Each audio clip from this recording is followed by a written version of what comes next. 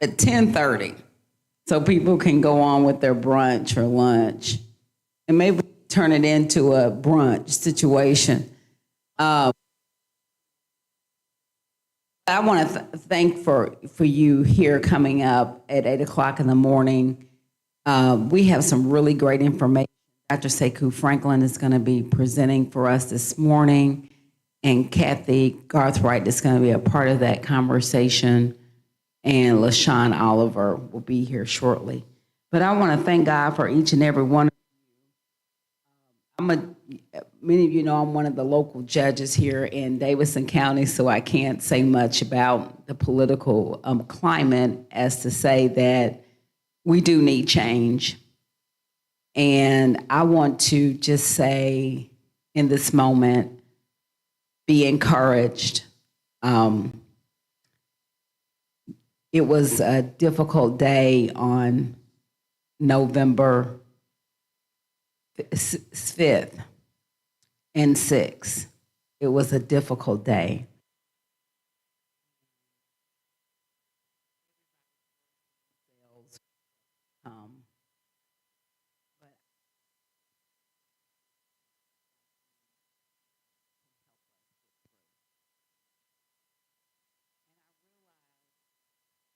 I watched too much TikTok. I watched too much TikTok.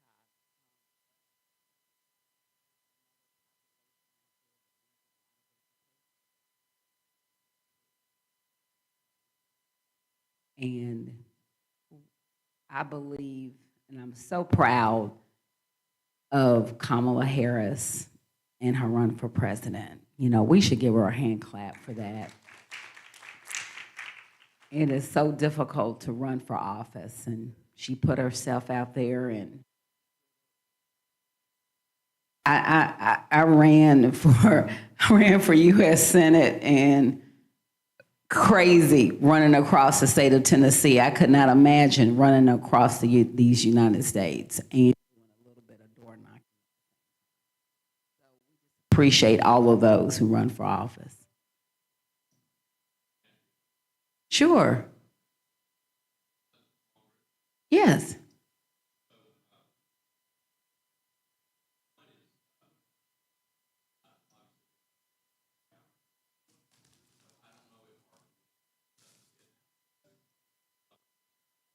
I thought this one would be a lot too. I sent it out to, one thing I'd like to get with you, Jim, on is your email list. From that, you know what I'm talking about? And that was helpful. I thought you did a good job with sending out those emails about the 10 o'clock town halls that were virtual. I thought those were great because I think I got on a few of those. So one thing that we can explore, because it's kind of like an open discussion tonight, we are going to look at a later meeting time at 9:30. And then number two, we tried to explore some virtual options for people. We can do that. We got the capabilities of doing it. And number three, we do need to do a better job in touching down on groups like church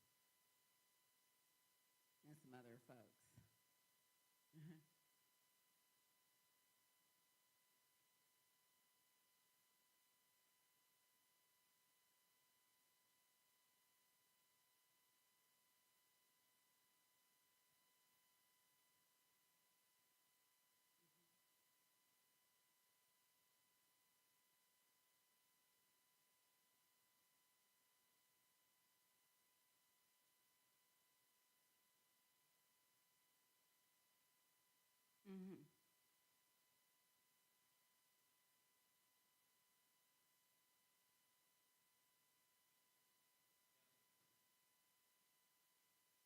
Absolutely.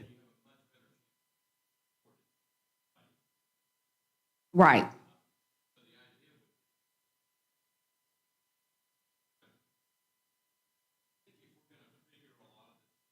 Mm-hmm.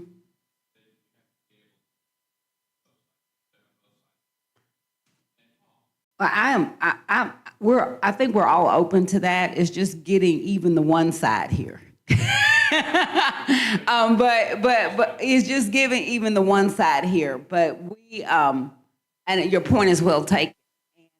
We're looking to revamp and organize our money and get a little stronger because this is a good fundraising ask for One Nashville.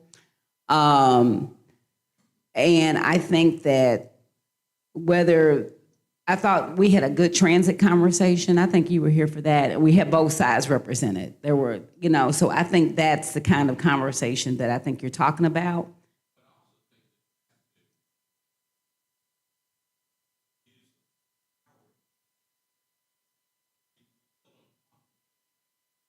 Mm-hmm.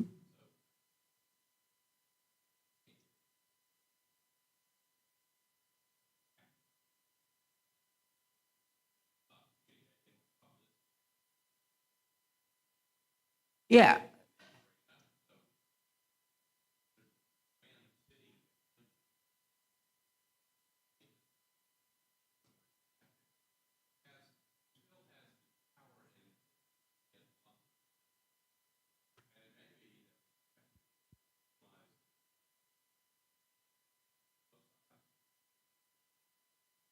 Mm.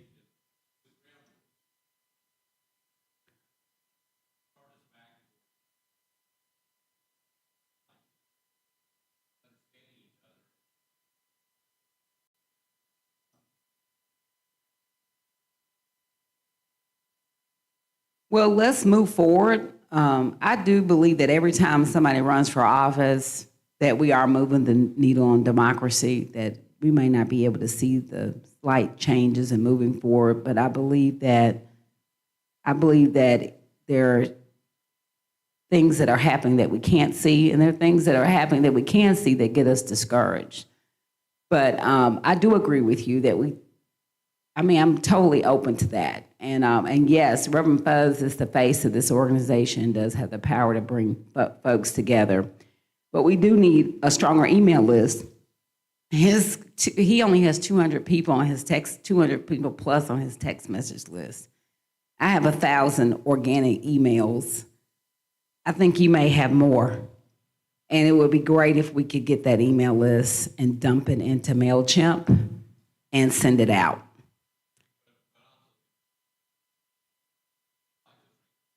Mm-hmm.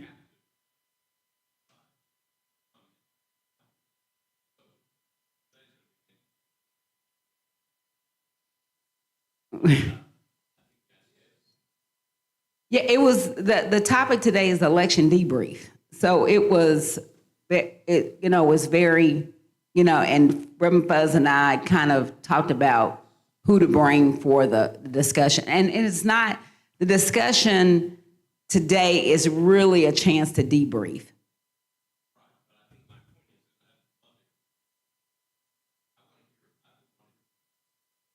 Yeah. Whoever has that population in their email list, then we need to get it. I believe that you have that population in your email list.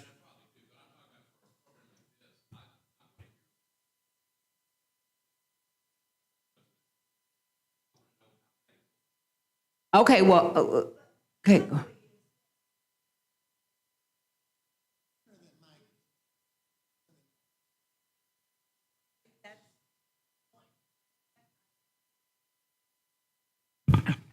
I think that's the point of this meeting topic is to grieve collectively. And I think what went out says a debrief, which I think says to the losers that we have to know where did we go wrong. And the point you're bringing up is that, yes, we need to be able to once again come together as Nashvillians and talk. How can we get better? Then I think the next month can be one of how can we reconcile?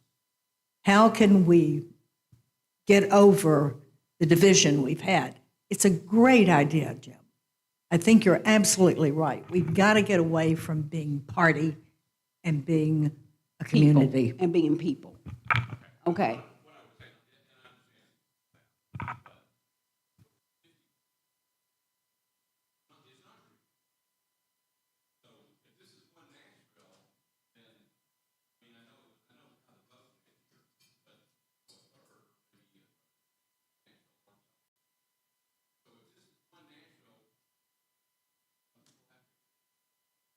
And Jim, I don't disagree with you, okay? I don't have the email list. I don't have the email list and I don't have the phone numbers. And I'm in a great position to make those calls. I'm in a neutral position. I'm in a great position to make those invites and say, come out, let's talk about what this means for you, what this means for our community, and how we move forward on issues. There's some people that are not celebrating about transit. And there are some people that are celebrating about transit. So I agree with you. I need the email list. And I've got, yeah, I need an email list. You have probably dumped 10,000 people in your email list.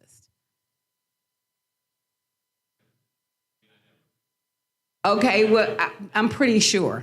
Okay, coming from somebody who ran their own campaign and barely got 1,000 organic emails and a method to collect emails, and I saw what you were doing with that, because every time I registered, you collected an email. I saw who was on your group. You have about 10,000 stacked emails, probably from people from all aspects of Nashville.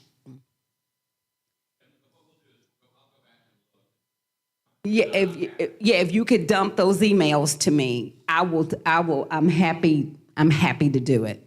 Okay, I'm happy to do it. Okay. Told me they could not bring themselves to come here today because they're not mentally ready to discuss and to be with other people. Some people told me that they were not mentally ready to come here today to discuss and be with other people. So, there's how this election affected people's mental health and will affect people's mental health, I think is important. And that's on both sides. Okay, that's on both sides, okay? So that's on both sides, period. And we do have to come to some point of reconciliation, some point of conversation and moving forward. And that's why we want to have an open discussion and debriefing of election results. And there are a lot of people that I service through the courts who are afraid of this election decision because of people who have non-status in jails. They're afraid that they're going to be deported immediately. And so there are people that are afraid of this decision. And then there are people who are empowered by it, who are empowered to move forward in different directions in terms of policy. But that's why we want to have somebody like Dr. Franklin here who has slides to kind of talk about what this means for our community. All right, and then we had discussion leaders built around this. Kathy and Mr. Oliver didn't show up this morning. So Dr. Franklin, if you could take us away and.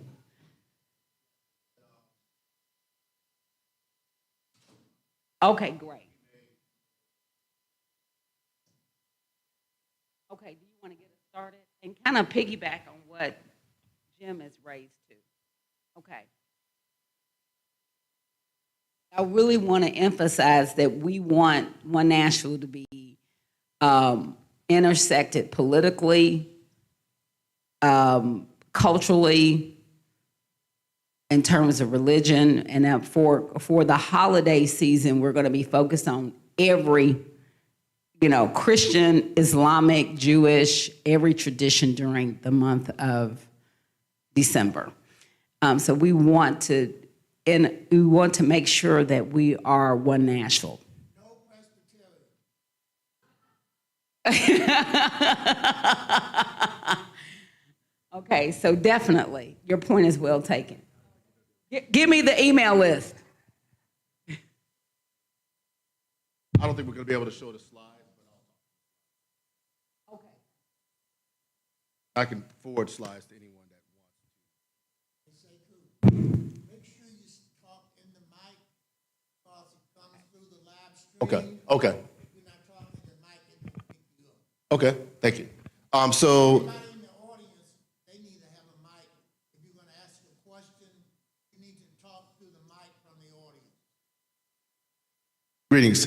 Again, my name is Sekou Franklin, and I'm a professor at Middle Tennessee State University. I live here in Nashville, and I want to thank Pastor Fuzz for holding this conversation, Judge Kimbrough and others as well. I do have a slide deck, but we couldn't get it to work. So if you're interested in the slides, and I'll maybe just flip it around and scan it so you can see what I'm talking about, then I'll email it to you, and I'll just take maybe 8 to 10 minutes of talking about the election, less so about what happened in the election or who's to blame or whatever the case might be, and I'll more so just talk about highlights of what we're seeing in the election, and I'll put my maybe my academic hat. Maybe some of you don't, most of you maybe don't know my academic side, in which I do a lot of research on voting, on elections, voting, race, and everything like that. So.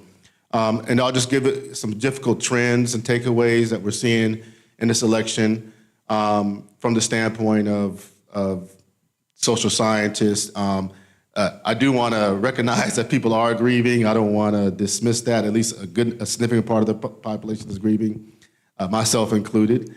But we can't ignore what happened. So number one takeaway is that it was difficult to build an election, a national campaign in 107 days. Be the first time in modern election history that has happened. And given those circumstances, Kamala Harris actually did quite well. And some early data came out about Joe Biden. Some news stories came out about Joe Biden's polling numbers, and probably had he stayed in the race, the deficit in Congress would be much greater. Overall, the total vote. Another takeaway. Overall, the total vote was down compared to 2020. It's trending towards maybe 6 million fewer votes. And so if those numbers are up at 2020 levels, then there's a possibility that the election outcome could be different. And I think even some of the racial data, in which we're seeing splits among Latinos, among other groups, even some black folks, would actually be more comparable to what is expected. But we saw 6 million fewer voters trending that way in this election. There's still 5 million outstanding votes that have to be counted, 4 to 5 million. That popular vote margin that Trump has over Kamala Harris has shrunk to roughly below 3%. So don't be surprised. The election is a lot closer than what it is, and that she comes out actually better than what it is. But I think the numbers are trending that if although she got slaughtered in terms of the swing, in terms of the competitive states, I think having her in the race is probably going to bode fairly decent for Congress in terms of closing the gap, closing numbers. Voter registration, voter turnout was 63.4% of registered voters in this election compared to 69.3% in 2020. Just to give you an idea. It's important to acknowledge that political violence was part of this election. And please, wherever you go, there were at least 30, probably more, but at least 30 bomb threats of Black and Native American polling sites.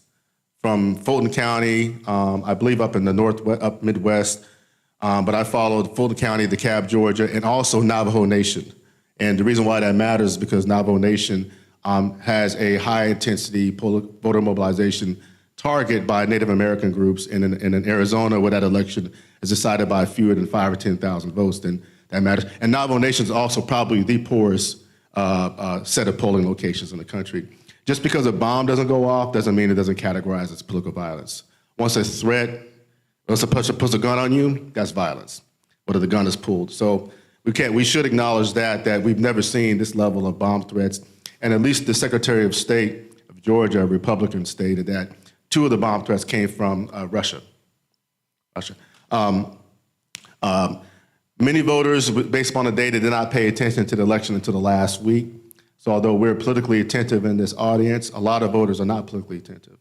And so what they're finding out about the election is really an in the last week. And of those people who found out about it in the last week who are late deciders, Kamala Harris and Trump split that vote.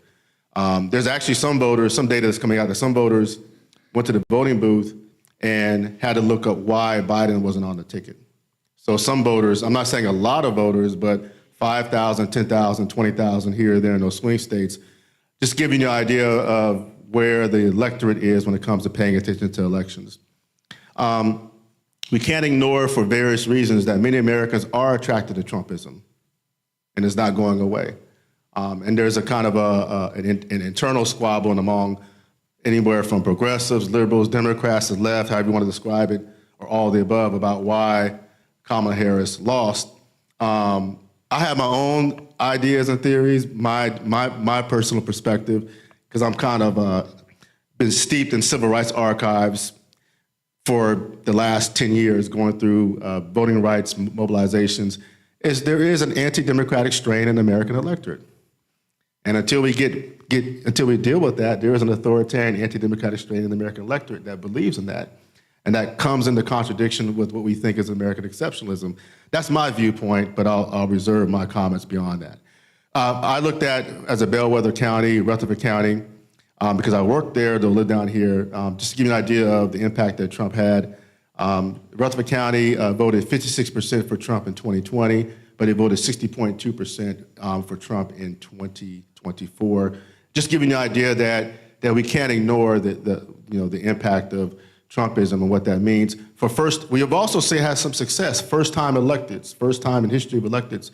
Looks like Ruben Gallego, he has about a 90% chance of pulling it out in Arizona, being the first Latino elected in that state for U.S. Senate. We've had two first black women who've been elected Senate in their states, Lisa Blunt Rochester in Delaware, and Angela Alsbrook in Maryland. We had the first Asian American elected for U.S. Senate in New Jersey, Andy Kim. We had the first black person, including black woman, elected in Oregon, named Janelle Bynum. And so if you think about black women, we haven't had a black woman elected in Tennessee. The black woman's not been elected to Congress in Arkansas or Louisiana. Louisiana and Tennessee's elected black men, or Kentucky. So this gives you an idea that although we have higher black populations in these southern states, we're not seeing as much gains in those states as maybe what we've seen in other parts of the country. Just to give you an idea that Harris narrowly carried the suburbs, but Trump ran up the rural vote. For those of you who want a slide deck, I'll forward you a slide deck. Just like 4 years ago, Trump drew more strength from rural areas than his Democratic opponent. Youth in rural areas, because I had students that we looked at this, youth in rural areas supported Trump. Urban and suburban youth backed Harris. Just to give you some ideas. Trump gained among voters without a college degree. So there is a divide in where the vote's splitting, where Trump and seemingly maybe Republicans, but Trump is winning the non-college degree vote.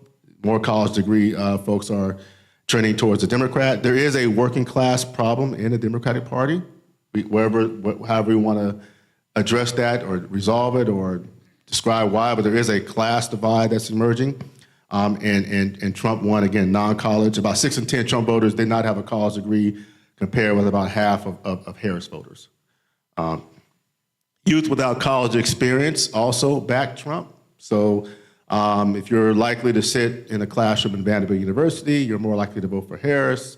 But if you're in Perry County and your factory closed in 2010, and you're now maybe at an Amazon workhouse in a neighboring county, you're probably more likely to vote for Trump.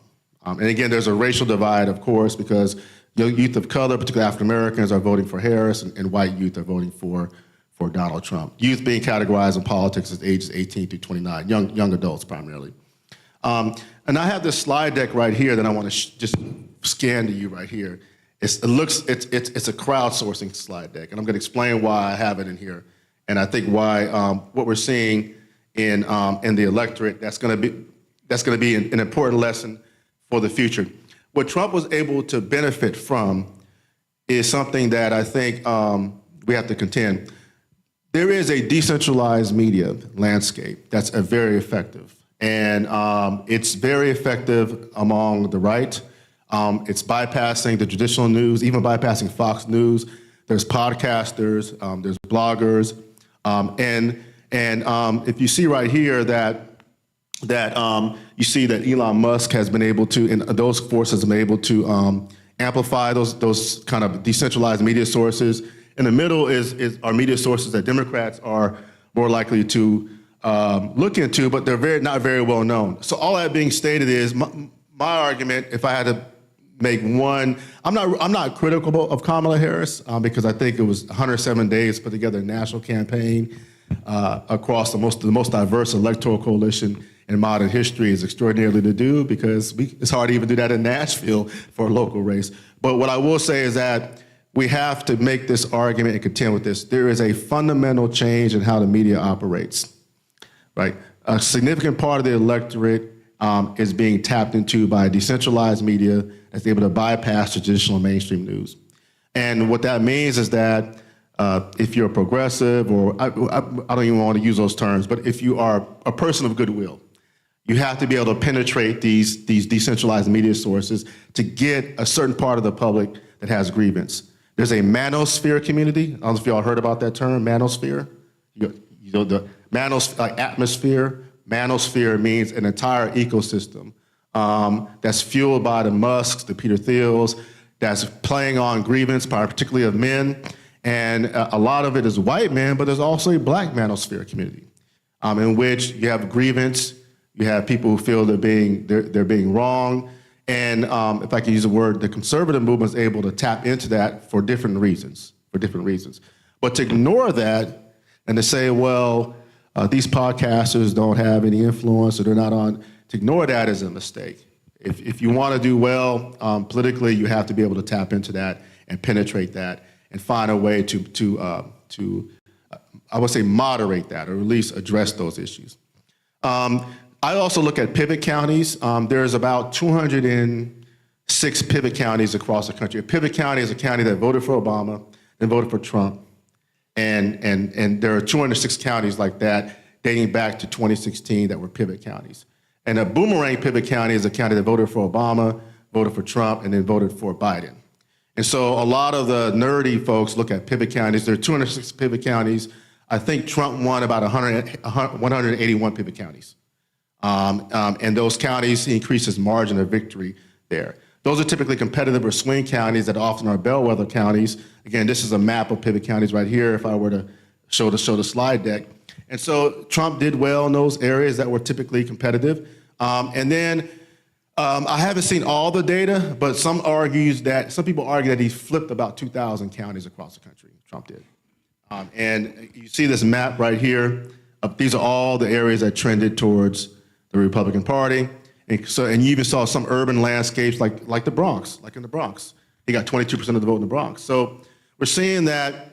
I know a lot of the online social media, it's like an internal liquidation. They're all going after each other. They say Kamala lost because of Gaza. Then some people say Kamala lost because she didn't embrace Israel. Kamala lost because the Bernie folks. Kamala lost because she didn't embrace economic populism. Or Kamala lost because of transgender. Or Kamala lost because of this. Kamala lost because of that. Kamala lost because of that.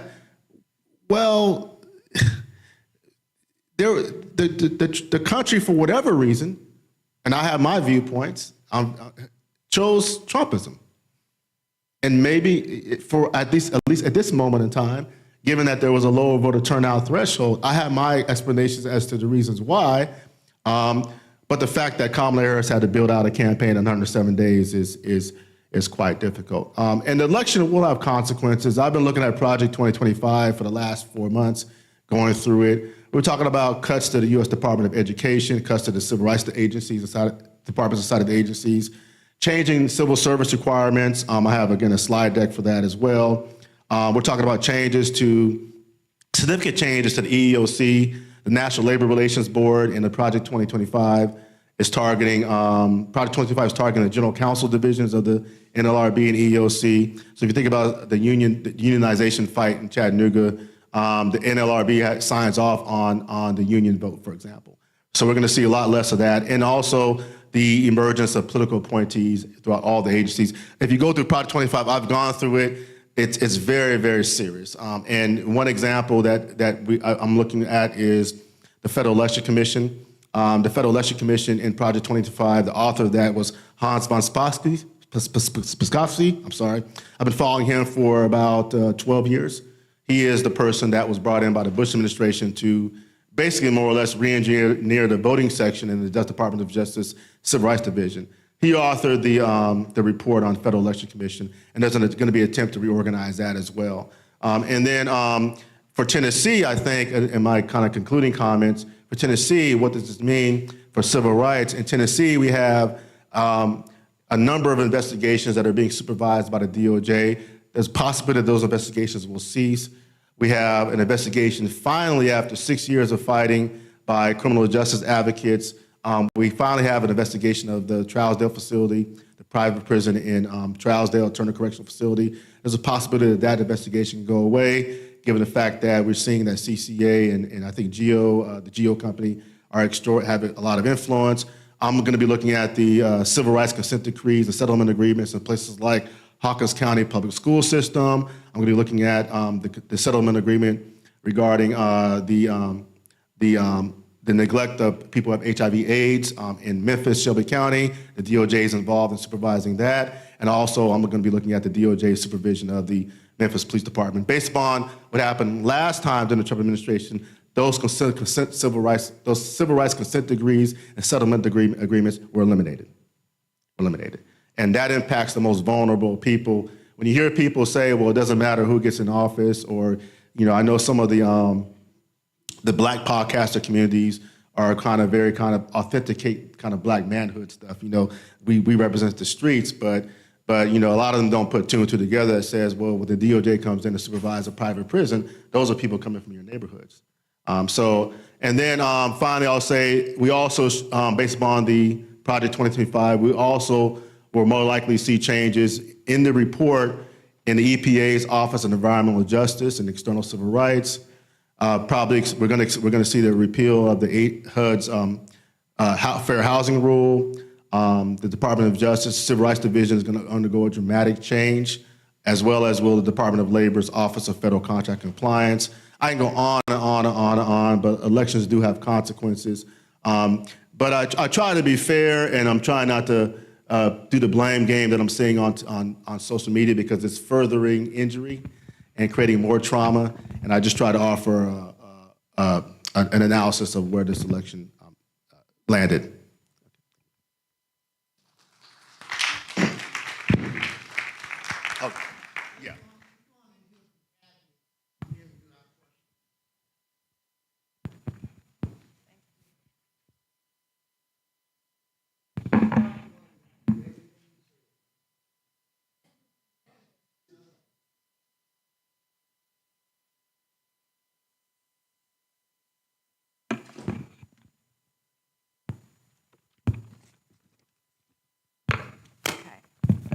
Okay. One of my friends sent me a poster, something, that said what she thinks this election came down to and comes down to is, how do we convince people to care about other people? How do we do that? There's a lot of things that come into that. Where you're born, your parents, how you're raised, how old you are now, what you grew up with, your experiences, the risks you chose to take and the things you chose to participate in and the things you chose to not participate in. This all makes you who you are today, your peers. So another thing I just want to say before I get into some other analysis that I've researched, that amongst wealthy white women, I've been hearing this for about a year. It's like these are women who volunteer, who spend a good part of their lives, a majority of their days, fighting for those who do not have the resources or the means to fight for themselves. Yet those same people vote against their own, for their own good. And it's very difficult to have a conversation with them to try to explain to them because they're so, I don't know what it is. There's so, the feelings they have are so ingrained and they're so angry. You know, if someone gets something that they want too, like, why didn't I get that? And even amongst immigrants I've talked with, they've said, well, you know, when I came here 20, 30, 40 years ago, nobody gave me a handout. Nobody helped me with housing. Nobody helped me with my kids. Nobody helped me with food stamps, nothing. So why are the new immigrants getting this and we didn't get it? So those are some of the things I've been hearing. One of the things that Dr. Franklin, I think, touched on is, and I primarily looked at the different groups of people, and I knew that Dr. Franklin and probably LaShawn were going to cover, you know, Black civil rights and those areas. So the one thing I noticed across, why white women voted for Trump, white men, Latino men, Asian Americans, I had LGBTQ here somewhere. But anyway, the number one thing across all those was,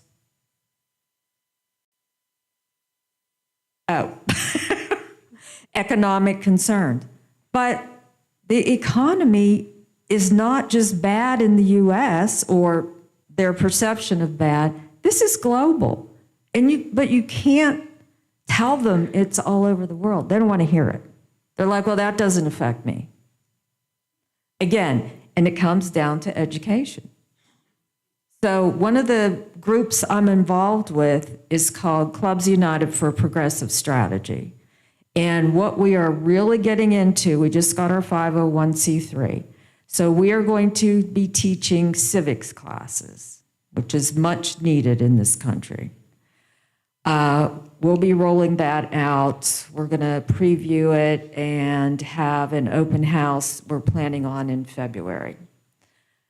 The one thing I was surprised I did not see, and I was going through my lists, and just to make sure that I read everything correctly, was I didn't see anything about religious beliefs or religious convictions in how people voted.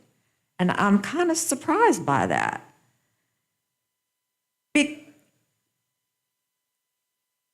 You got it? Okay, good. I mean, I did see things about conservatives and traditional family and, you know, just tradition. But I was surprised that I didn't see how much more. Can you just tell us? Because now I'm curious. Among self-proclaimed Protestants, that is self-proclaimed Protestant, Trump won that population. Ironically, Harris, Jewish, Muslim, 60% plus, but just about even, based upon early voting data. So it's ironic. Okay, I can understand that.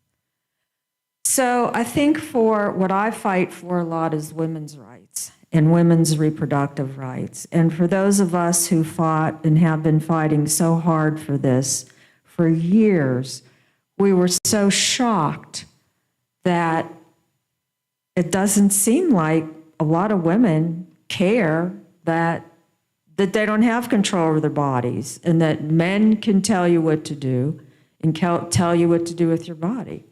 It blows my mind. And that's something, again, I would love to sit down and have a conversation about why they feel that way. I just don't understand. And I have reached out to Republican women and said in an email or a text, can we sit down, just you and I, that's it, one-on-one. Can we sit down and talk some things out? No response. I've tried 2 times. I didn't want to go and bother them or anything and get them mad, but no response. And that was a year ago. And then I always say if I meet someone who doesn't agree with me on different issues, I said, let's sit down and have a conversation. Never happens. Never. So, Jim, we're willing, most of us, I would say, are willing to sit down and try to understand how people think or why they think this way. And I said to someone one time, maybe about a year or two ago, if they believed in a certain issue, and they said no. And then I said, well, what about these exceptions? And they're like, oh, yeah.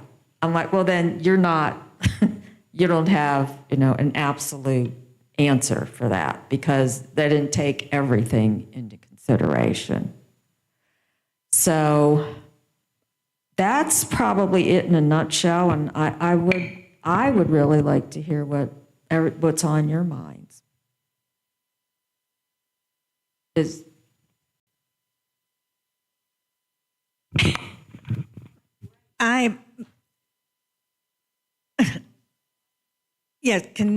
Let me stand up, see me better.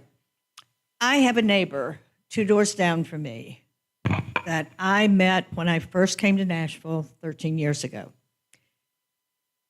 And Obama was running, in that election.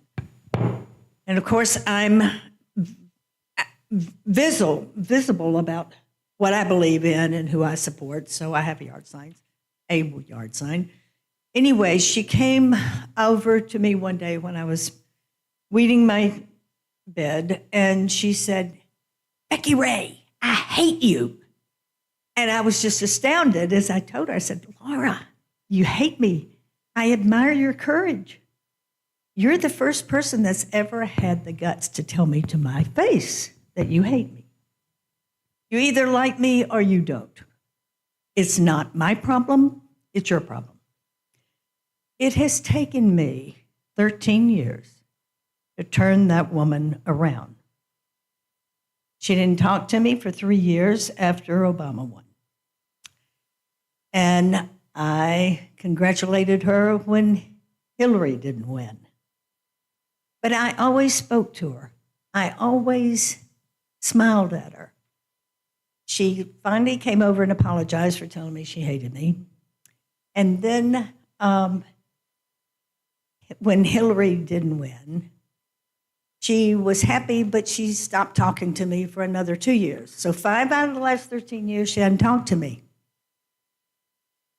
After Biden won, we agreed, and she promised she would continue to talk to me. I said, "I really like you. You're really fun, and we're neighbors." So I went over to her house the day before the election, and I said, "Are you still going to honor your promise? Will you still talk to me? Will you be my neighbor?"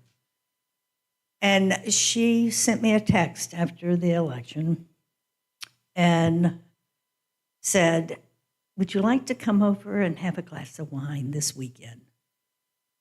Now, that she issued that invitation in 13 years, I've never been invited over to her house for a glass of wine. It takes time to get people to trust you. She told me that I was the only Democrat she trusted. And I said, "Why?" She said, "Because you have never tried to convince me to change my beliefs." I said, "Look, Baskin-Robbins has made billions because everyone did not like Rocky Road." So all I'm saying is it's not going to happen overnight. Civil rights didn't happen overnight. It just takes generations, and we just have to be willing to not judge and not try to convince people. Just get them to trust us, that they're willing then to share their fears, and it's fear. Anyway. Thank you. For me, I believe that when I took the position at Metro, I think the hardest thing was trying to make sure that you can sit at the table with everyone. So what I found out that what works when you're trying to sit at the table is that you find out what you have in common. Because everyone has something in common versus things that we focus on that's not. Is that right? As that for things that we don't have things in common. Because when you're thinking about the Republican women, it's not that they don't believe that they have rights over their body or all of those things, but they believe that, they are a Republican, starch and however it may look, they're Republican. So how do you now bring them to the table to say, well, like, we have more in common than we don't have in common, and that we stay focused there? It's not hard to believe that those stats look like they look, because we know that our evangelicals will vote for Trump, not because the one thing that they believe is that the only reason they vote for him is because reproductive abortion. Because if you say that to them, it's a reproduction. And I said, but what about the other things? And so when we were sitting at the table, I live in Rutherford County, and so where I ran for county commissioner, lost by 300 votes, and it was okay. And then all of a sudden they appointed me into it. And I thought to myself, this is really so weird because, one, they said because you're not a native Tennessean, and two, you are a Republican. But now just to be able to sit at a table and then you get to see stats. In 2016, in my subdivision, 764 houses, Trump flags were everywhere. This time, 3 houses had Trump flags. Not that it is. So then I said, okay, now you know that if you're a Republican and you're in the closet, I will bring out the flag. The flag tells me. So now I see 6 flags out. So do they really believe? No, they really don't, because I think when we're mourning, we're all mourning. And I think even that is across the table, because as much as they probably did vote, but they were hoping. Because who wants a felon for their commander-in-chief? And me being a retired military, I'm thinking, how do you look at top secret clearance information now? How do you have access to all of that? Because I know we have to apply for that. How do you get all of this now? So when we're sitting at the table has to look where, let's find what we have more in common than just saying that I'm a Republican or a Democrat, because I wish that these laws could say that we no longer have these political choices. But yet, now we have to find out, because it was the same thing I had to do in Metro, and making sure, how do I sit across where they don't value women in ministry, they don't value, that you have to come across a different geographic. I am intentional about, I'm a Yankee, I'm a native New Yorker, so I am intentional about diversity. But diversity to me is not race. Diversity to me is everything else. And then one last thing, when you're thinking about the Hispanic, and you said those numbers increased, is because I sit on Governor Lee's strategic committee, and so we're Every Child in Nashville. And what I just found out, and I didn't know, is that every culture outside of the Black race is considered white in race, and they can uphold their ethnicity. So I thought, like, how's Hispanic white? Like, and so then what does it tell us? It tells us a couple things. Because if the white race is diminishing, then how do I now fulfill that? How do I now get more votes? Well, I can get more votes when I let Hispanics, Egyptians, Kurdish, Asians, and Indian of the country now become the white race. So everything that we're looking at, we have to now find focus of what do we more have in common than not. So anyway. That was great. Thank you. Just trans issues, to be mindful of Project 2025 mentions abortion 199 times. And just keep that in your kind of common, keep that in the back of your mind. The non-white electorate today is about one-third of the voting age public. Not saying they're all eligible, because a lot of folks maybe not eligible. But if you think about 1980 when Reagan was elected, the non-white electorate was about 10 or 11%. Now it's over 30%. And by 2040, those numbers are going to shift dramatically. Just thinking about what all this means in an election. Third is that we should acknowledge the world of sexism, that a lot of Americans are just not comfortable with a woman being Definitely. president, and not to dismiss that as a one-off. Even in the black cultural spaces online, social media, people like Judge Joe Brown, people like comedian Eddie Griffith, the number of H word, if I can use that word, ho, or the B word, or the S word, slut, that were directed towards Kamala Harris just from black influencers and content creators. It was like she couldn't have a date. She couldn't date anyone. And the idea that she was in an interracial relationship, a lot of that animus is being fueled in different manosphere spaces. That manosphere community is deep, folks. It's deep. And so if that's the case, then every woman across race from here to wherever is going to be challenged about her dating habits, what she did at age 30 or 25. And so there's a deep strain of sexism that's operative in American politics. And I can guarantee you, 30 years from now, if we're alive, we're going to see a presidency book, and there's going to be some real hard data on people who are just not comfortable electing a woman. Fourth, I want to say that in the last 2 days, very serious racist texts have been targeting HBCU students, not just at Fisk University, but across children and across several states. That is political violence. That's trauma. Just because you don't see somebody being tortured or a bomb going off, that level of emotional trauma has a chilling effect. And I can tell you, if you have talked to students, that could possibly deter students from getting involved in something like a city council race. So if you want to know why people don't want to get involved in city council races or they're not voting, they are calculating the level of trauma that is involved in. Finally, I'll say that the one thing I'll say is that and this is the challenge for Democrats, if you're in power, do all you can to build democratic institutions, even when it feels that those are stable. And I'm talking about the state legislature, for example. There are chances, I think, to the comptroller's office, the Secretary of State's office, the Division of Elections, all those institutions, the AG's office, all those institutions now in Tennessee are engineered towards poor folk. Like a very severe way, if you know what's going on. They're non-elected positions, and maybe there was a chance to make those institutions more accountable, more democratic, more transparent when there was a chance when folks had in power. So if you're in power, spend time really building up democratic institutions and making them transparent, because each institution could be re-engineered to be anti-democratic. Yeah, I also think it's important to support investigative journalism like the Nashville Banner locally and ProPublica on a national level, because they'll dig in and they're about accountability. David?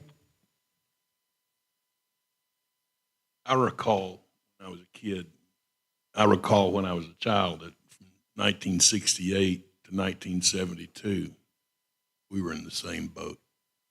We had shifted to where there was 2 United States senators had shifted to Republican. There was one a Democrat left in the House. And I think it's time for those of us who care for the least of these to start to organize in a significant way. Turn on your radio and listen to Sly and the Family Stone and song Stand. We've got the judiciary in this country is at risk.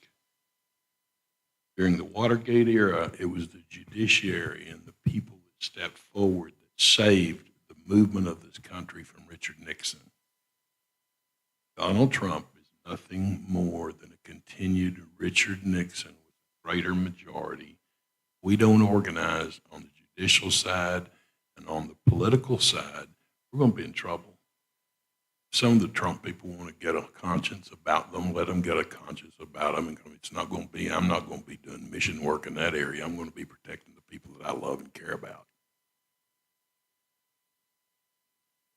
Our family there, we're still going to have Thanksgiving dinner together. But my people in my family on that other side, I have to love them for other reasons other than politics. I'm not going to change that. I'm not going to spend my time trying to convince people that are inherently racist. I'm not going to try to convince people that are inherently anti-women. We need to organize. I love my Democratic Party, but I quit putting money in it 10 years ago because it was not an investment anymore. It was merely an effort.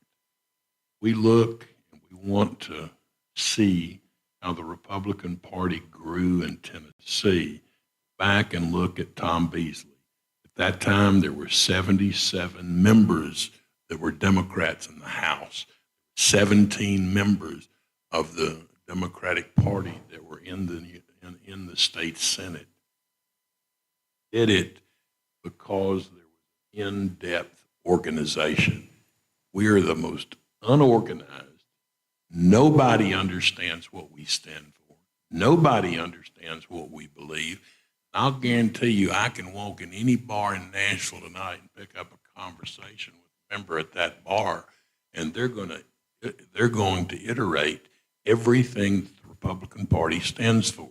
They're going to look at me and say, "What about them immigrants down there? They're flooding the border." What do you mean down there? What about I can have those conversations in a bar without getting punched out. But the basic thing that I believe we need to do is to organize and to have a consistent message coupled with a legislative initiative. In those areas where we look at health care, at women, at free and fair elections, we can organize around those issues. And if we don't, we're going to get run over for a long time. I think maybe what we might see, it was 3 years after the 2 years after the 1972 election when the Nixon thing started tumbling down. The problem we don't have today is a conscientious Republican Party.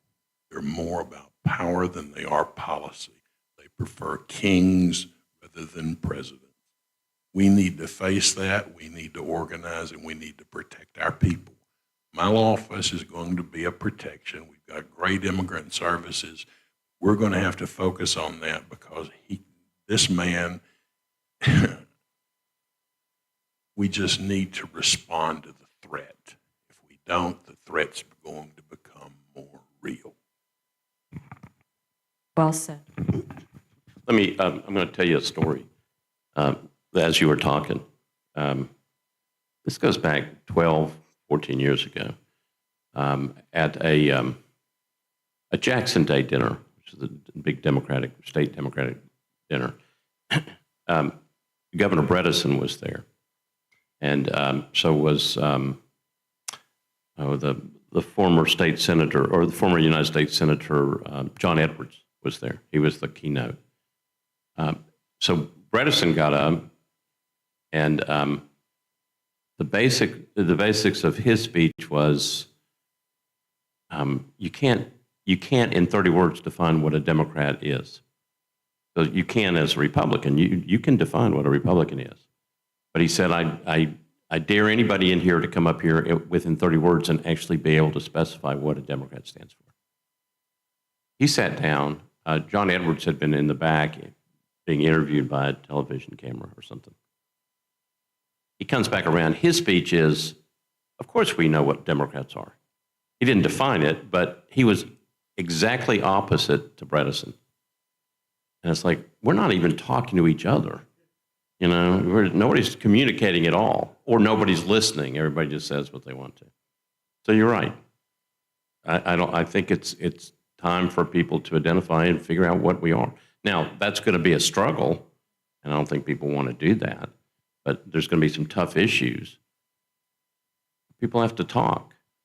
I mean, people have to talk and be able to compromise. You can't just go, I'm not going to compromise with you. You have to be able to figure out what do we stand for. My last part would be back to Dr. Franklin. So I talked to a lot of people in the last couple of days. trying to figure out exactly how everything went. And there are obviously people on both extremes, both on the left side and the right side. But I still believe that most people are somewhere in the middle somewhere, okay? And so those people that are in the middle that chose to vote for Trump over Harris, but don't have such extreme beliefs. The question is, why did they vote the way they did? And this is the question to you. I'm thinking it's primarily economy. That if you go in the grocery store now, prices are so much higher than they used to be. And so they don't necessarily, and this is why it goes back to, you have to talk to the other side to figure out what the concerns are. So there's this belief that people who voted for Trump are anti-women, anti-abortion, whatever. That's not, I don't think that's necessarily true. That's why you have to sit down and talk. Because if you actually just talk to people and they go, I voted that way because the economy is horrible and prices are out of, and I would, I'm thinking back, these people are saying, I'm thinking back 4 or 5 years ago in a pandemic, but before that, it was like the economy was so much better. We weren't at war. Well, a lot of times we're all victims of circumstance, and presidents are victims of circumstance. If you go back to the Bush-Clinton race, I mean, Bush, the older Bush had like 90% popularity ratings the year before the election. He was a shoo-in, and then the economy tanked. It's the economy. Remember, it's the economy, stupid. Remember that thing? Yeah. So it's about people's pocketbooks. So I'm not sure, I think people obviously get upset and are frustrated and concerned, but I'm not sure if everybody is, that middle group is not as far apart as, hopefully, as we think they are. And so the question is, again, if you talk to a lot of voters who may be more moderates but voted for Trump, they're mad about the economy. They're not against women. They're not against abortion. They're not against, they don't want to deport everybody. They don't want to do that. They're just mad because the economy's in the tank.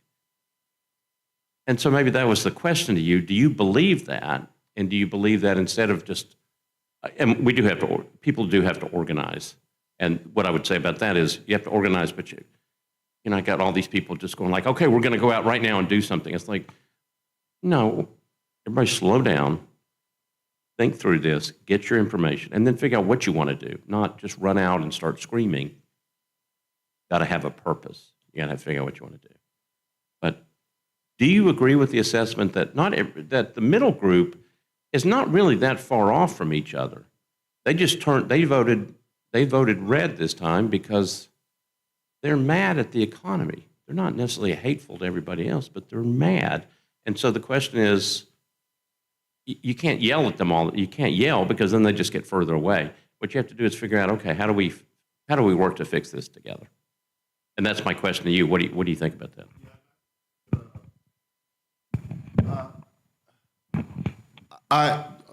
My comment, I have a lifelong fight against American exceptionalism just because I go through civil rights archives and I see black civil rights workers getting tortured and the sheriffs outside of the church allowing them to get tortured outside of the place. So that's a separate, but I do think to your point, there was, or there is, or there are enough voters out there, or there were out there to win over in which the economy, more particularly inflation, was their primary concern.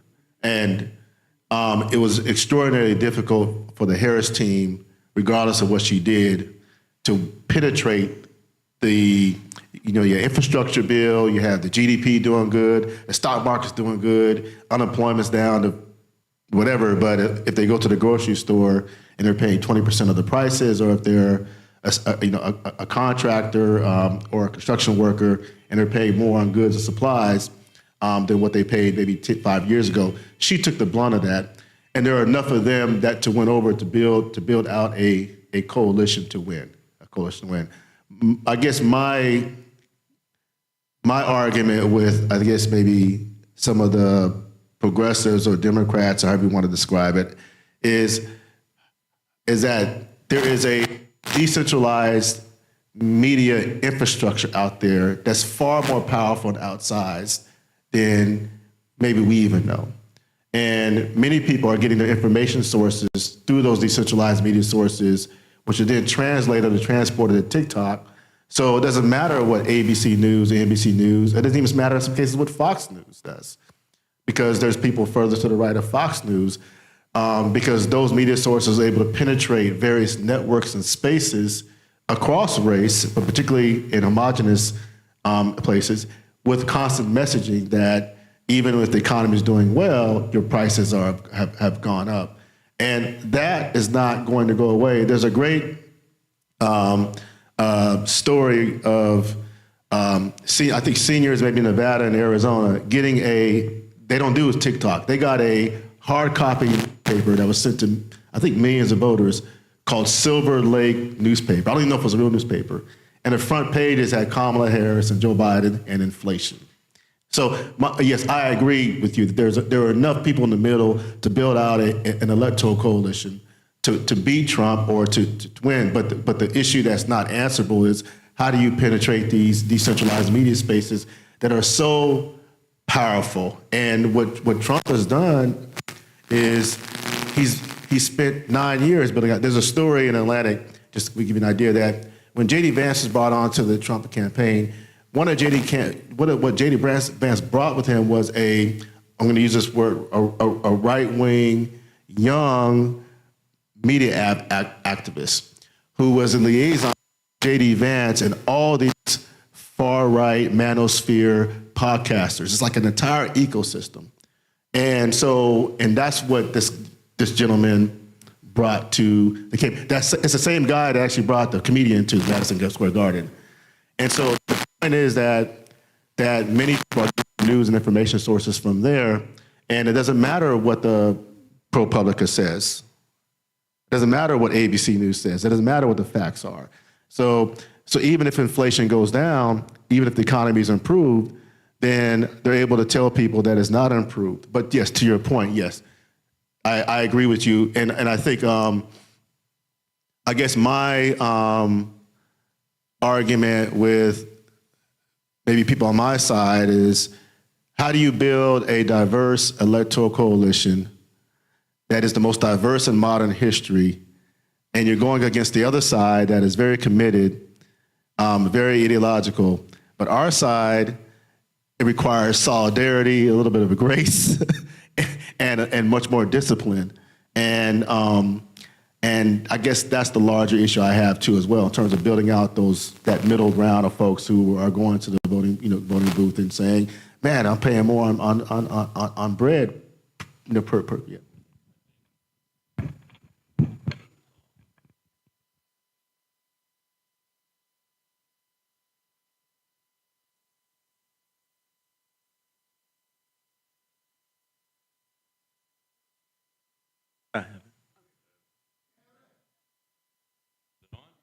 Hello? Oh, there it goes. Okay. So I think you got to build a solid base. You got to build a base that sticks together, okay? Which is one of the problems of having a group that is so diverse and made up of so many different groups. People get mad. Obviously, you saw that on Tuesday, and they go, "We're going to show them. We're not going to vote. We're going to vote for somebody else." And it's like, well, if you vote for somebody else, do you know what you're going to get? It's like, we don't care. It's like, well, okay, that's fine. I was going to make one other point now. I can't remember what it was. I know what it was. It was, some people call it different things, like the candy bar issue or whatever. But I call it the cereal issue, okay? So the next time you're in the grocery store, walk down the cereal aisle and look at the prices of cereal, just a box of cereal. And it's like $7 for a box. And so people, if you walk down the cereal aisle, and again, you have to think about outside of your normal everyday routine. So the majority of Americans don't watch the stock market because they don't have stocks. They don't necessarily watch all the economic trends. They don't know how many jobs, we create or whatever. They're just trying to make it. And so they have a certain amount of income, and if they go down that cereal aisle, and what used to be a $3 box of cereal is now $6 or $7, they know. And so it doesn't go very far, and they get mad, and they go, I don't know what's going on, but I'm going to blame somebody. Velveeta's $8, and there it is. So I'd walk like down the stereotype. I'd like to just add a word of caution. This is not new. We've been here several times before. You made reference to this evolution of race and how it's defined in this country. It wasn't that long ago that Italians were not white and the Irish were not white. And so the assimilation of what we call Hispanics now, it's not new. It's intentional. It's part of the ideology of whiteness. We've got to talk about it. We've got to confront it. We've got to better understand it. It's imperative that we do, because that's what's undergirding all this. The technology may ramp it up, may make it exponentially worse in some ways, but it was the same way when the TV was created, when radio was created, when printed newspapers were created. They were used. They were tools used to further divide this country and keep us apart, and it's very effective. So those are tools, though.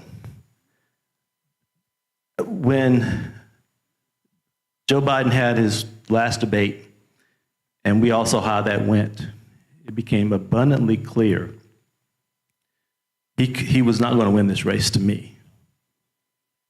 I immediately reached out to people that I know that are politically connected. I gave them some suggestions from the grassroots. They were not heeded. But I'll tell you what I told them. And I don't like autopsies. I don't like funerals when we go through these kind of down situations. But it's important to just share, since we're having this forum, and I'm really grateful to have it. But Joe Biden, and what I instructed them to do was Joe Biden should have resigned for health reasons that day. Kamala should have then been sworn in as president. Glass ceiling is now broken. We now have a woman president. We now have a black woman as president. She can now run against that person more effectively as president than she could as a candidate. I mean, as a not even the nominee, because they question even that. But I made that point to people that are in Washington and people that are locally that know the administration. It was not heeded. I also said, this country is not ready to elect her. Let's be honest. They're not ready to elect a woman, particularly a black woman. So she should have then also agreed not to run for the nomination. Okay? Because you had to have a white a white moderate governor to run against him to win this time. That's the reality. It's not right. It's the reality. And then a progressive vice presidential candidate with him. That's a ticket that could beat the environment that we're in right now. Now, I'm not saying I have all the answers by any stretch, but they're listening to the wrong people. I listen to the right-wing radio and TV stuff all the time so I can understand their thinking. And again, it's not, for me, it's irrational, it's nonsensical, but if you listen to the people that call, not the pundits, but listen to the people that call in, you'll understand why they are influenced the way they're influenced, why this propaganda is affecting them that way. You have to listen to them. Listen to C-SPAN in the morning when they call in.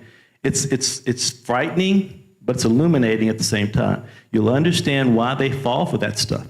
They have them thinking that we believe that abortion should be allowed till the last day of the 9th month, that if a baby is born, we can let them lie on the table and die, and they think we're calling that abortion. It's just crazy stuff that they believe. Okay, so that's what we're up against. So I think my last thing, when Kamala ran, her campaign always ended with, "Are you ready to fight for it?" Because when we fight, we win. Well, Democrats don't know how to fight. That's the reality. We don't know how to fight. It's time for us to learn how to fight, and it's not doing what we're doing right now. That's my, thank you. Thank you very much. Have you read the book, The Political Brain? Oh, sorry. I just want to ask this gentleman, have you read the book? Because you sound like you have.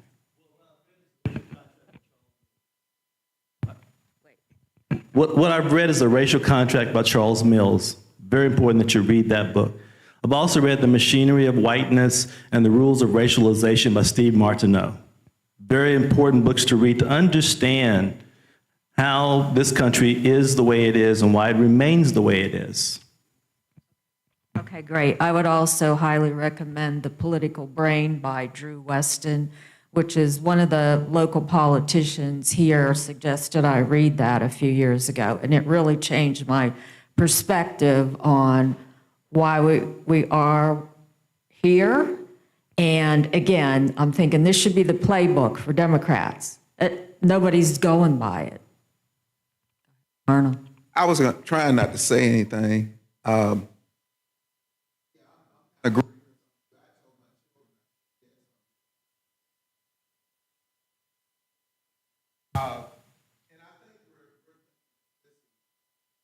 Rodney King thing is that can't we all just get along? But even listening to the presentation where he's talking about, especially the media, what is right, what is truth. And I want to talk about the theological part. And that's why I was so devastated that this country has gotten to a level where you can vote, it's all right to vote for somebody that raped somebody, that assaulted, that instigated an assault on the Capitol, that actually badly handled COVID, that will publicly call his opponent a bitch. And it's okay. And you say, well, it's the economy. But to me, it's deeper than that. It says a lot about this country that I can degrade the service of a war hero, and it's okay. But it's something wrong with that our country has got. And I think why I was so devastated, I think I had too much faith in, even though I've been through a lot of injustice over my life, but I still had faith that they were going to do the right thing. And, it's beyond me, because I watch the stock market and everything, that you have a person that's running for president that openly has stock that goes up and down, and you say that's okay? That's okay. You have a person that is the richest man in the country of the world, and he decides to pay money for people to what? And then you got a Supreme Court that says no restrictions on the president, that you can do anything. So I'm just saying, it bothers me from a theological point of view that what's gonna become of this country? What type of suffering do we have to do to get it right? Because I think we've gotten so deep into this race part that if anything can take this country down, it's gonna be the race and gender piece. And I think we're on that road, and I just hope we can turn. I hope we can turn from our wicked ways. I was not going to say anything, but I just thought I had to say that. We're glad you did. Okay. Close to our exit here, we'll take a closing comment from Pastor Fuzz. Thank you so much, Kathy, for helping us out. Wednesday morning was a really full work day. I heard from people, my members, they were crying, they were hurting. And on throughout this week, I've heard from people hurting. I decided, I said, let me listen. I want to hear what people's opinion is. Even this morning, I wanted to kind of listen and hear. And I remember Dr. King saying that if good people do nothing, yes, evil will prevail. There are more good people than there are evil. I think I'm one of the good people. We've had people from the other side come to One Nashville. Yes, Republican. And they say to me, I don't like the meeting because it's all about the black community. And they were right. agendas were about the black community. Narrow-minded. Dr. Franklin, my thought on why Kamala lost, just like the numbers that Hillary had, and I couldn't help but say that because she was female, and the other friend said because she was black, because she was female and black, rural white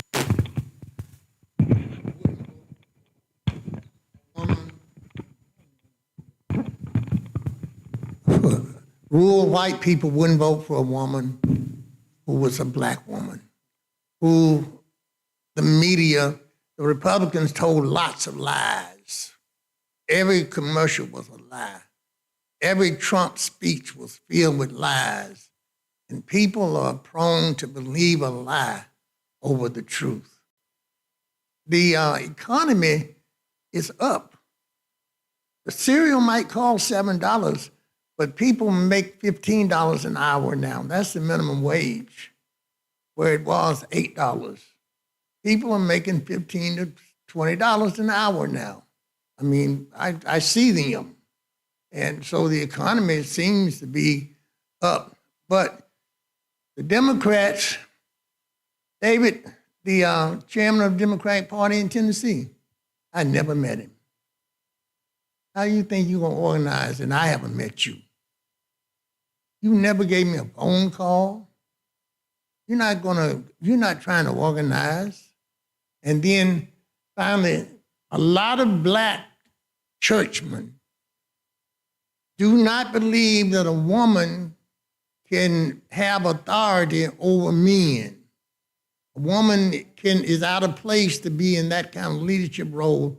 There are lots of black churchmen like that who, we're friends, but that's what they believe. There are lots of pastors in this city who don't believe that women can be in leadership. The Catholic Church don't allow women in leadership. And I think that translated into that vote, that there were people who just didn't vote for Kamala just because she was a woman. I don't see how they got to Donald Trump, except that he lied well. He told some good lies, and people embraced those lies. So, Just respond one more time to the basis of all this, because it's really important. Our faith into something that justifies our behavior, whether it's good or bad. The common language of the evangelical conservative about Donald Trump was Paul was Saul before he was Paul. And, they want to turn our religion into something that we are, the body, example of what we see and call a journey. Got to capture the moment, but at this point in time, we've got to protect the vulnerable. And they are vulnerable. And we need to organize. You hit on the very we're dealing with. Needs to organize. The lawyers better organize. Judiciary. Women need to organize to protect themselves. And we need to find a way to pull these coalitions together without the egos always subject to cratering a good deal. We can't get an ecumenical group together except through Enoch Fuzz. He's the only person that I've seen bringing together the Muslim community, the Jewish community, the Christian community. There are common interests there, but the theological differences are devastating. Thank you. All right. Does somebody have something burning they've got to get off their chest? Okay. Okay. We're going to go. Okay. So who has something burning to get off their chest? Okay. About. I want to thank Kathy for her hard work Thank of you. bringing people here Thank and making you. sure that diversity kind of floats around the room. Thank you, Kathy. Wonderful, and thank you. Okay, so we're gonna let everybody get this off their chest because I think this is important for people's voices to be heard. So I think we'll start over here and then we'll work our way over. So hold on to your thought, jot it down on a piece of paper. Go ahead. Go ahead. Okay, did you have a comment? Okay. All right, and just pass the mic to the person next to you. No, it's right here. Okay. I got it on. I'll take it. When I look at things, I look at, and I'm just blown away that I believe that just a lot of voters have voted against their own best interests. And it is my belief that there is a major disconnect in how it affects their everyday life. These policies and these procedures and how they are directly in contradiction to their own best interests. And so it is important to me to be able to, how do we communicate that, how it affects their everyday life, the way they voted and how it diminishes their bottom line to their living, to their needs. And so I want to say, how do we communicate that to people? Because I believe it's no way, because when I had a conversation with someone who I felt like definitely was a Caucasian man that I had worked with previously, and I had knowledge of how much money he made because I was responsible for his for inputting that information. And I'm thinking to myself, it's no way you could be voting here and you don't have any health care. You're making, $15 an hour.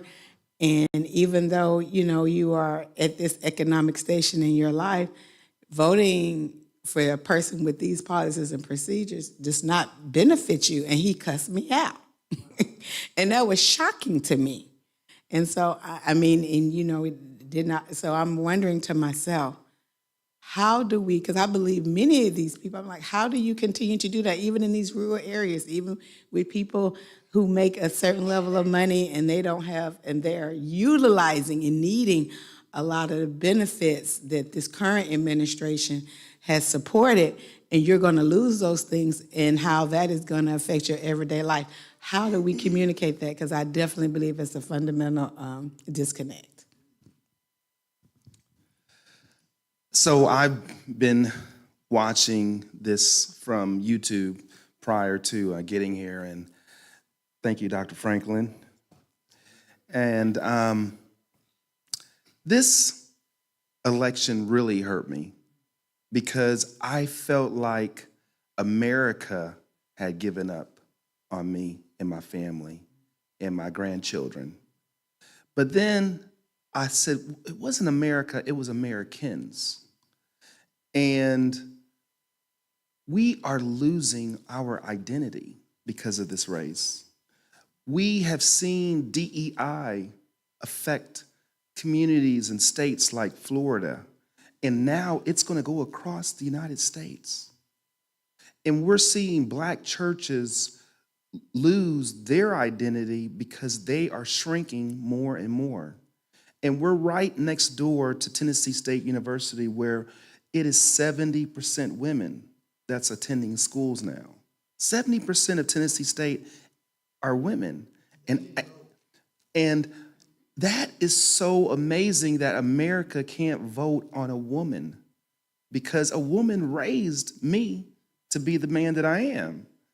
So it disappointed me to see this election, because I don't care if you're white or Black. Growing up, my mother, I couldn't even tell Black jokes, let alone talk about race. But it just hurts my heart that folks voted on a rapist, a man who's taken advantage of communities back in the 70s, a man who makes fun of the handicapped or the disabled, a man who has done nothing but tear people down, when we need a president. We need a leader who's building people up. And I feel like we're back in the 70s right now, where we're still fighting for who we are.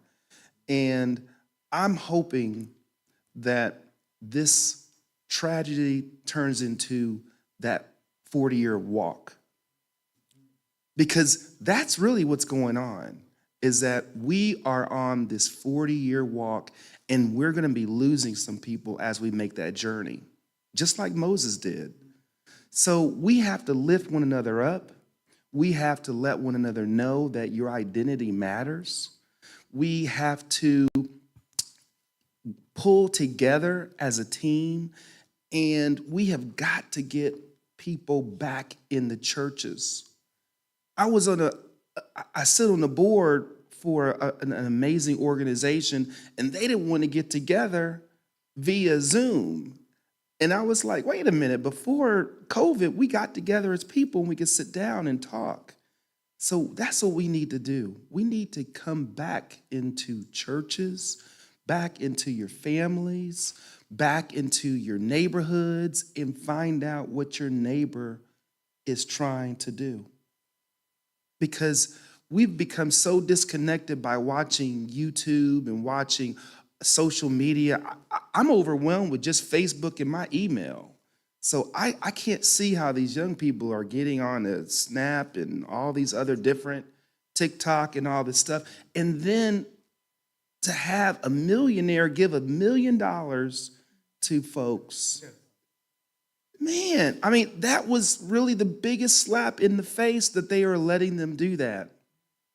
And then to have a man who everything that Trump said someone else was doing, he did.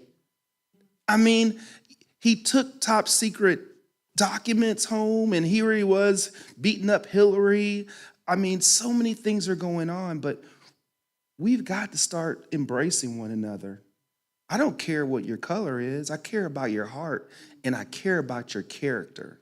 And Jesus was spat on. He died for us. So we're going to have to make the next journey for our generation. We've got to put faith back in faith. And we have got to pull together as a family. Even though you might be different, short, tall, light-skinned, Asian, or whatever, I mean, we need people to fight for those who don't have a voice. And it absolutely disappoints me to see the minority community vote for this man. It just baffles me, and it angers me. And today, sitting in here, every time I come to One Nashville, I'm always excited because there's so much great energy, and I really feel like we're at a funeral right now, and everyone's heart's a little sunk. But I'm grateful for this meeting. I'm grateful for this dialogue. I'm grateful for everyone that has a different opinion.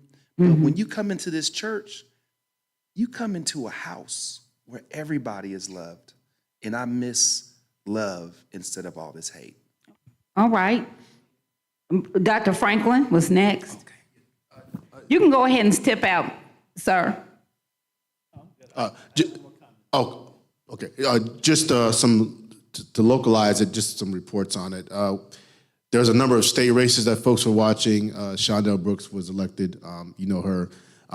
Ronnie Glenn was elected by 200 plus votes out of Montgomery County. He's the first African-American elected since Reconstruction, elected in 2022, won in 2022 by about 160 votes, faced a stiff challenger in 2024, won by 250 votes.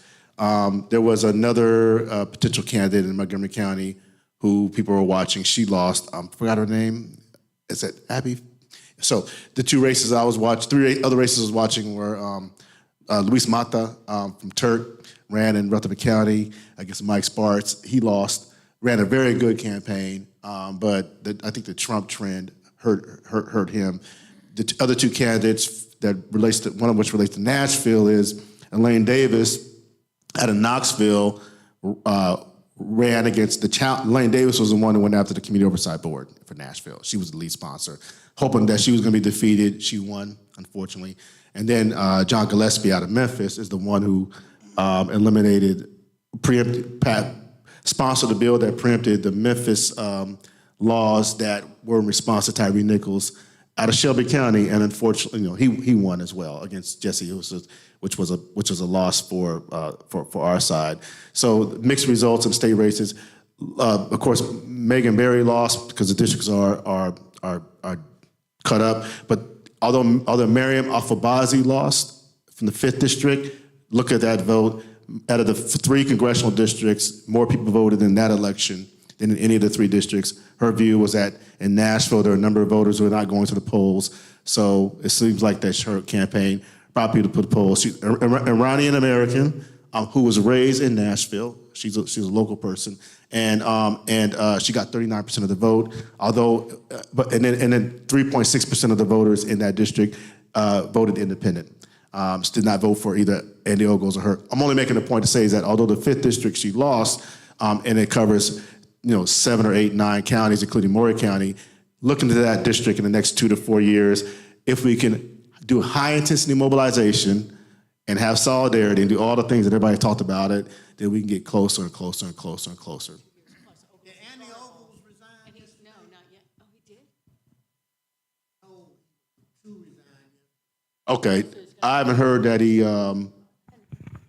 he resigned, but he won. But okay. Well, you know the inside scoop. No, they would have to fill it. You can't fill a congressional. You can't fill a house seat. Ogles won, but yesterday he was supposed to resign. And then if he gets inaugurated on January 3rd.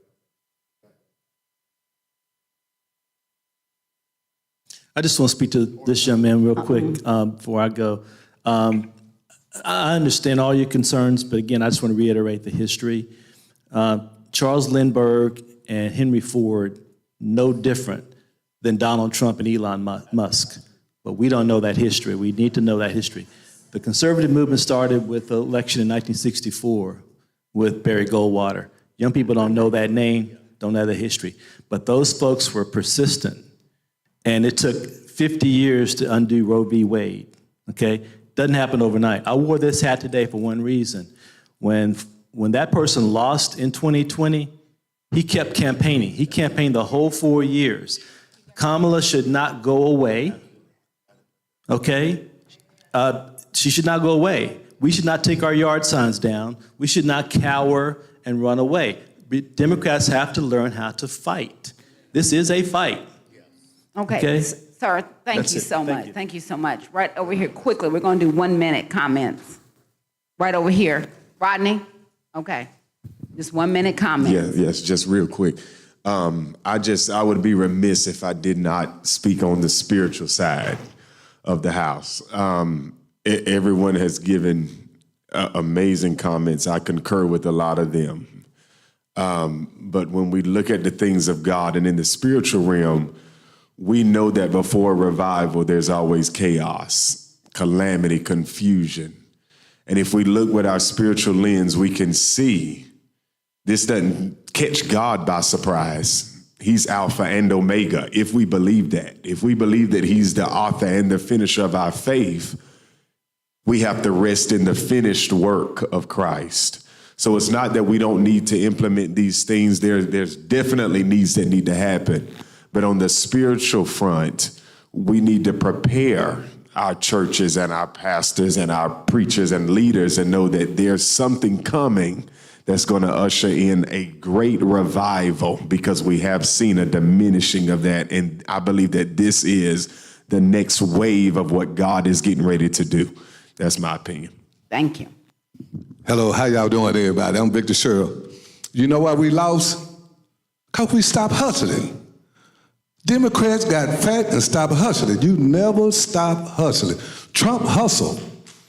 Trump went and got them homeless people, everybody, and paid them. What we do? We didn't do nothing. She had all them endorsements, but hey, we forgot to go get the people.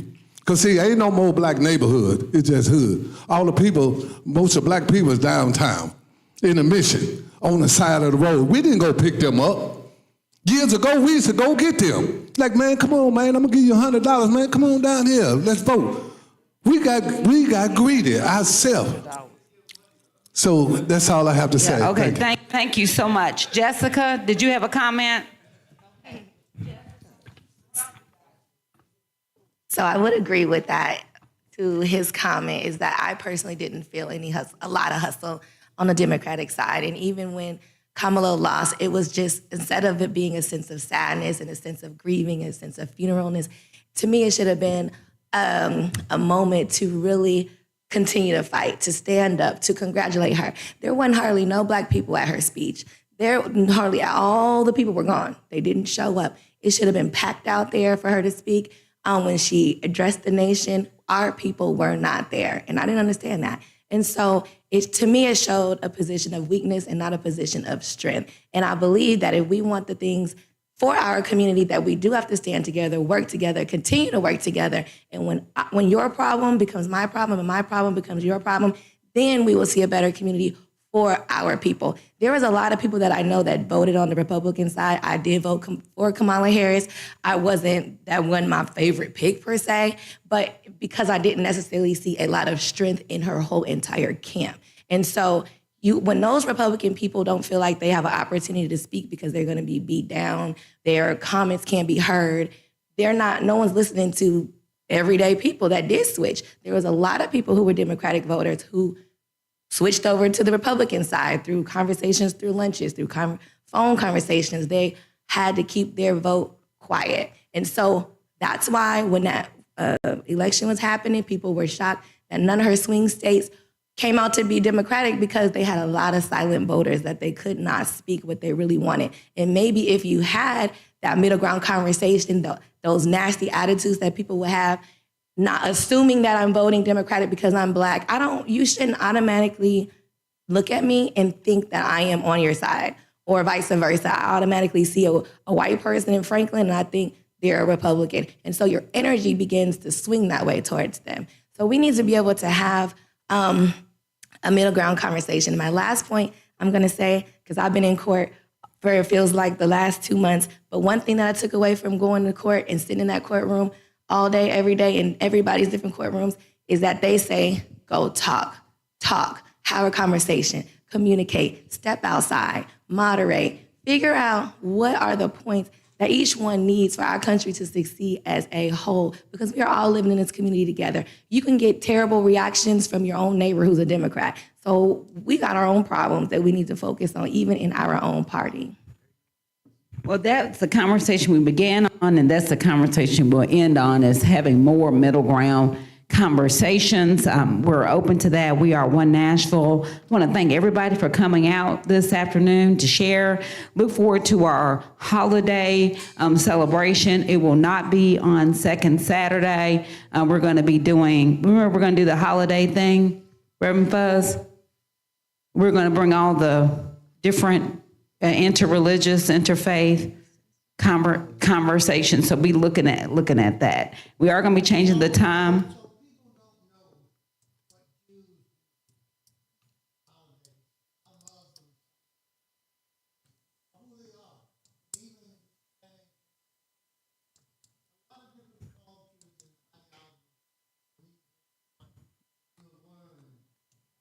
From these perspectives, all right? It's important that we learn from each other. Let's continue to talk. Real quick. Oh yeah, we can work on that together. Yeah, I had something to say. I'll make Oh, it okay, very, I'm sorry. I'll make it very quick. Yes, sir. It's crucial that we need to fight like hell and push back on the lies. That's totally. We've been subject to gaslighting, which was designed to confuse people, to confuse the public, and wear them down, so they did not want to engage in conversation, and that's something that we absolutely need to push back on very quickly. And Trump. I'll end with this. Trump has absolutely nothing common with the common person. Nothing. He grew up wealthy. He went to the finest schools. Belongs to the elite country clubs, And I'll end with this, and he craps in the gold toilet. Okay. All right. Thank you. Thank you, everyone, for your comments. And Dr. Franklin, we definitely want to have you back to kind of maybe in the next 90 days to kind of give some evaluation. I think that would be great. I want to thank everybody for being here today. May God bless you. May God keep you. And may God move you forward. And we are One Nashville. Take care.